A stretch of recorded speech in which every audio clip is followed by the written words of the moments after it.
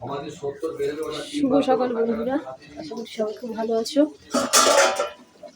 হয়ে পড়ে যাচ্ছিল প্রেসিস লাইফস্টাইলের আর নতুন ব্লগে তাদের সবাইকে অনেক স্বাগত, অনেক ভালোভাবে জানিয়ে শুরু করলাম একটা নতুন ব্লগ।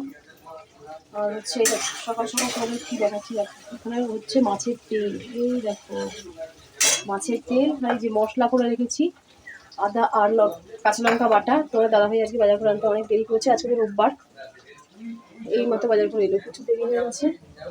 এখন যাবো মাছ ধরতে। এমনকি আমি পেঁয়াজ, দেখাতে পাচ্ছি, আলু, পেঁয়াজ তারপরে কেটে রেখেছি। মাছটা পাবো আর ছোটার জন্য রান্না চাপিয়ে দেবো। তো চলো, মাছ এনেছে, এখনো আমি দেখিনি কি মাছ নিয়ে এসছে। এখন আমি দেখবো খুলে, আর তোমাদেরকেও দেখাবো কি মাছ নিয়ে এসছে, বাজার করেও এনেছে। চলো তোমাদেরকে একবার দেখিয়ে দিই, দেখ ক্যামেরা।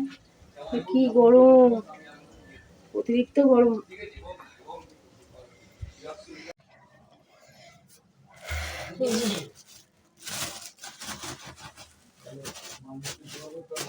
এর মধ্যে উচ্ছে আছে, টমেটো আছে, উচ্ছে টমেটো, আর আছে হচ্ছে ভেন্ডি, ভেন্ডি আছে। আর এটার মধ্যে আছে হচ্ছে, বাইরে থেকে দেখা যাচ্ছে চিচিঙ্গি আছে। এটার মধ্যে আছে হচ্ছে কলমি শাক আর মাছ। এই যে বার করতে পারছি না, চলো পরে দেখাচ্ছি, ধুয়ে এনে তোমাদেরকে দেখাচ্ছি মাছ ধুয়ে এনে। এটা মাছের তেল।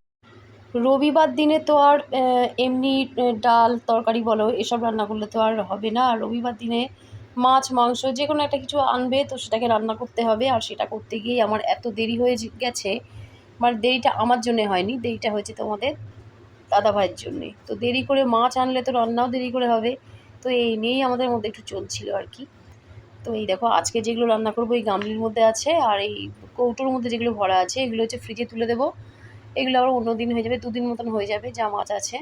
আর মাছের তেলটা দেখতে পেলে, মাছের তেলটা আছে, মাছের তেলের মধ্যে অল্প একটু মাছের তেল দিয়ে তার মধ্যে আবার উচ্ছেগুলোও ভেজে নেব। আর এদিকে দেখো এরা কি লাগিয়েছে, তোমাদের দাদাভাইকে দেখলে এরা একদম মানে পাগল হয়ে যায় যাকে বলে। এখন গুড়িকে স্নান করাবে তোমাদের দাদাভাই, আর তারপরে নিজেও স্নান টান করে খেতে বসবে। তো রান্নাটা কী করেছি দেখিয়ে দিই। এই যে মাছের তেল, আর হচ্ছে এটা হচ্ছে লোটে মাছ, এটা মাসুনি পাঠিয়েছে। আর মাংস, ওরা হচ্ছে মাংস আর লোটে মাছ করেছে, আর আমি হচ্ছে এই যে মাছের ঝোল আর উচ্ছে দিয়ে মাছের তেল ভাজা। আর সকালে একটা সোয়াবিন আলুর তরকারি করেছিলাম, তো ওই দিয়েই খাওয়া দাওয়া হলো। আর সন্ধ্যাবেলায় হচ্ছে অনেক দিন পর আজকে না গোপালের একটা জামা তৈরি করব ভাবলাম। তো একটুখানি জামার পিস ছিল, তো ওটা দিয়ে দেখো একটা গোপালের জামা তৈরি করে নিলাম। তো জামাটার মধ্যে তেমন নকশা বা তেমন ডিজাইন করা হয়নি। তো এমনিটা সিম্পলের উপরেই জামা। এগুলো কি গোপুসোনা ঘরোয়া পরতে এগুলো খুবই কাজে লাগবে, মানে নিত্য আর কি যেসব বস্ত্রগুলো পরে, তো তার জন্যই কাজে লাগবে। তো এই দেখো জামাটা পুরো কমপ্লিট হয়ে গেছে। এটা কালকের ব্লগে তোমরা পেয়ে যাবে গোপুসোনাকে যখন জামাটা পরাবো।